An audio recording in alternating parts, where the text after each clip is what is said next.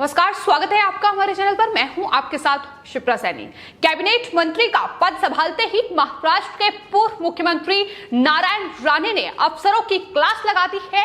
स्वागत में गुलदस्ता लिए खड़े अफसरों से कई सवाल नारायण राणे ने पूछे हैं और नारायण राणे के इस एक्शन से अब शिवसेना डर चुकी है। वहीं दूसरी ओर रेल मंत्री अश्विनी वैष्णव ने भी कार्यभार संभालते ही अपने स्टाफ के काम का वक्त बदल दिया है। आपको बता दें, महाराष्ट्र के पूर्व मुख्यमंत्री नारायण राणे को एमएसएमई मंत्री बनाया गया है, लेकिन पद संभालते ही नारायण राणे ने अफसरों की क्लास लगा दी। जब नारायण राणे मंत्रालय पहुंचे तो स्वागत में तमाम जो अफसर थे वो गुलदस्ता के खड़े हुए थे, लेकिन नारायण राणे ने उन पर कई सवाल ताक दिए जिनका जवाब अफसरों के पास नहीं था। नारायण राणे ने सवाल पूछा कि आखिर मंत्रालय का जीडीपी में कितना योगदान है। इतना ही नहीं, उन्होंने अफसरों से यह भी सवाल किया कि मंत्रालय ने पिछले 2 साल में कितने रोजगार के अवसर पैदा किए हैं, जिसका जवाब किसी भी अधिकारी के पास नहीं था। उन्होंने पूछा कि गुलदस्ता लेकर तो वो आ गए, लेकिन आखिर फाइल लेकर क्यों नहीं आई हैं। ये सवाल भी उनकी तरफ से पूछा गया। कौन बताएगा डेटा क्या है, ये भी सवाल उनकी तरफ से किया गया। लेकिन तमाम सवाल जो नारायण राणे ने पूछे उनका जवाब अधिकारियों के पास नहीं था।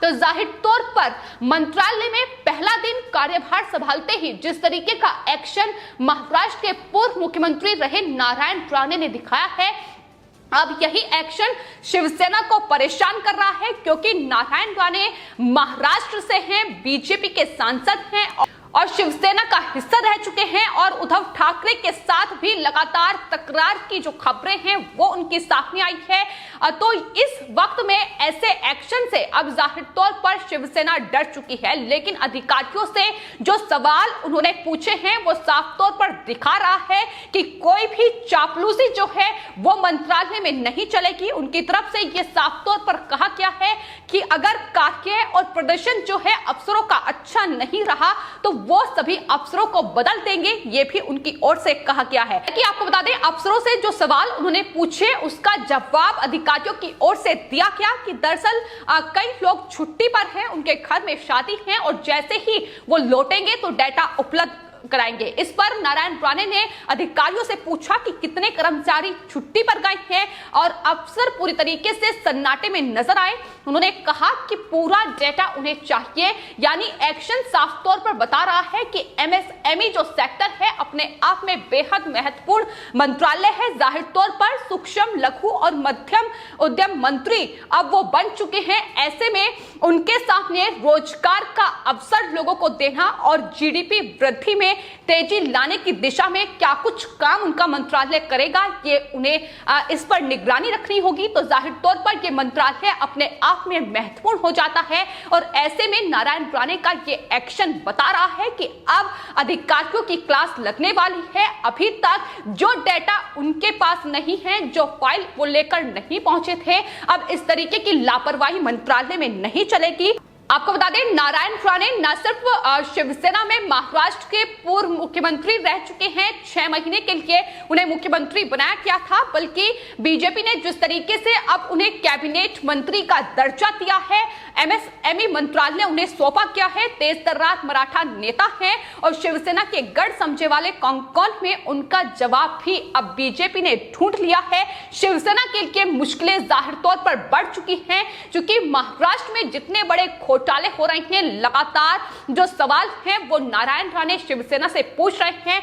ऐसे में जो एक्शन की शुरुआत उन्होंने की है वो अब शिवसेना के लिए वजीहत का काम कर सकती है। तो जिस तरीके से महाराष्ट्र से कैबिनेट में कई नेताओं को बीजेपी ने जगह दी है, न सिर्फ महाराष्ट्र के पूर्व मुख्यमंत्री नारायण राणे को जगह दी गई है, बल्कि इसके अलावा डॉक्टर भारती पवार, कपिल पाटिल, इन्हें भी कैबिनेट में जगह मिली है, जिसको लेकर शिवसेना की बौखलाहट सामने आई है। संजय राउत ने ये कहा है कि कपिल पाटिल और डॉक्टर भारती पवार कभी एनसीपी में केंद्रीय मंत्री परिषद में राज्य मंत्री थे और इतना ही नहीं, उनकी तरफ से यह भी कहा गया है कि नारायण राणे जो कि शिवसेना में रहते हुए महाराष्ट्र के मुख्यमंत्री बने, तो ऐसे में बीजेपी को शिवसेना को धन्यवाद कहना चाहिए, ये उनकी तरफ से बयान आया है। यानी बौखलाहट साफ तौर पर दिखाई दे रही है कि किस तरीके से शिवसेना इस वक्त टेंशन में है, क्योंकि नारायण राणे को एमएसएमई मंत्रालय सौंपा गया है। अब वो कैबिनेट मंत्री हैं और साफ तौर पर देश की जीडीपी और रोजगार का जो अवसर है वो लोगों को देंगे। तो ऐसे में अब शिवसेना पर मुश्किलें कहीं ना कहीं अब ज्यादा बढ़ती नजर आ रही हैं। लेकिन ना सिर्फ नारायण राणे ने मंत्री पद संभालते ही इस तरीके का एक्शन दिखाया है, इसके अलावा अश्विनी वैष्णव जिन्हें रेल मंत्रालय सौंपा गया है उनका भी इस तरीके का एक्शन ही देखने को मिला। कार्यभार संभालते ही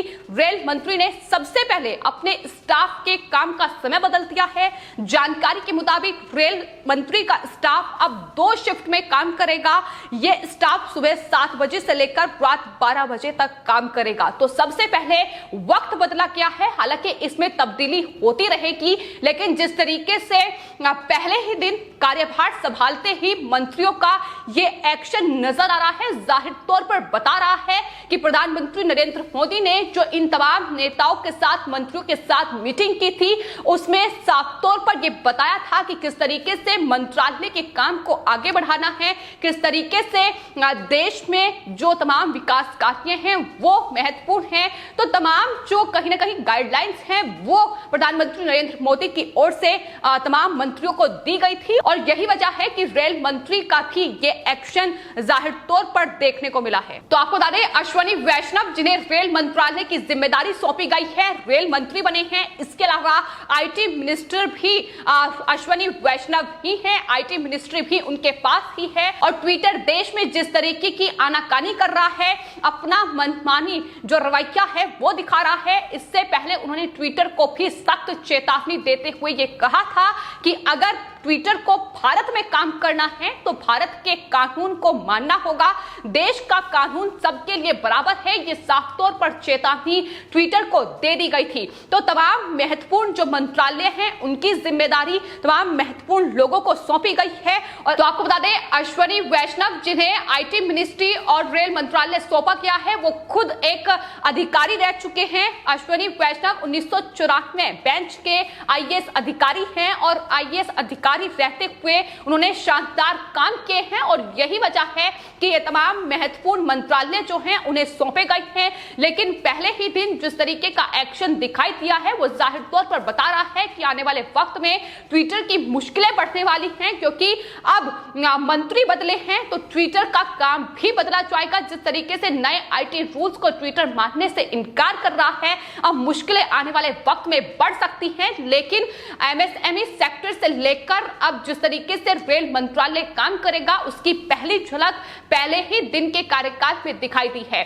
वहीं कैबिनेट का विस्तार हुआ है और प्रधानमंत्री नरेंद्र मोदी ने कैबिनेट मंत्रियों के साथ वर्चुअली पहली बैठक भी की है। आपको बता दें, इस बैठक में कृषि और स्वास्थ्य क्षेत्र से जुड़े तमाम महत्वपूर्ण फैसले जो हैं वो लिए गए हैं। खुद प्रधानमंत्री नरेंद्र मोदी ने ट्वीट करते हुए इस बात की जानकारी दी है कि कोरोना के खिलाफ लड़ाई को और मजबूत बनाने के लिए 23,000 करोड़ रुपए से ज्यादा के नए पैकेज को मंजूरी दी गई है। इसके तहत देश के सभी जिलों में पीडियाट्रिक केयर यूनिट से लेकर जो आईसीयू बेड हैं, ऑक्सीजन स्टोरेज है, इसके अलावा एम्बुलेंस और दवाइयां जैसे जरूरी इंतजाम किए जाएंगे। यानी जिस तरीके से कोरोना महामारी में कहीं ना कहीं कुछ मुश्किलें सरकार के सामने आई, लेकिन अब उन्हें किस तरीके से सुधारा जाए इसको लेकर 23,000 करोड़ रुपए के इस नए पैकेज को मंजूरी दी गई है। इसके अलावा बात अगर कृषि क्षेत्र की जाए तो एक बार फिर से कृषि मंत्री नरेंद्र सिंह तोमर की ओर से ये कहा गया है कि जो आंदोलन किसान कर रहे हैं वो खत्म किया जाए, इसकी अपील उनकी तरफ से की गई है। उन्होंने कहा है कि मोदी सरकार की पहली जो प्राथमिकता है वो कृषि क्षेत्र ही है। साथ ही उन्होंने इस बात की जानकारी भी दी है कि नारियल एक्ट में संशोधन किया जाएगा, दुनिया भर में नारियल कारोबार बढ़ाने पर जोर दिया जाएगा। इसके साथ ही नारियल पोर्ट में सीईओ की नियुक्ति होगी और उन्होंने कहा है कि एपीएमसी मंडियों को और ज्यादा मजबूत किया जाएगा, कृषि मंडियों को संसाधन देंगे। उन्होंने कहा कि सरकार के फैसले से किसानों की आय बढ़ेगी।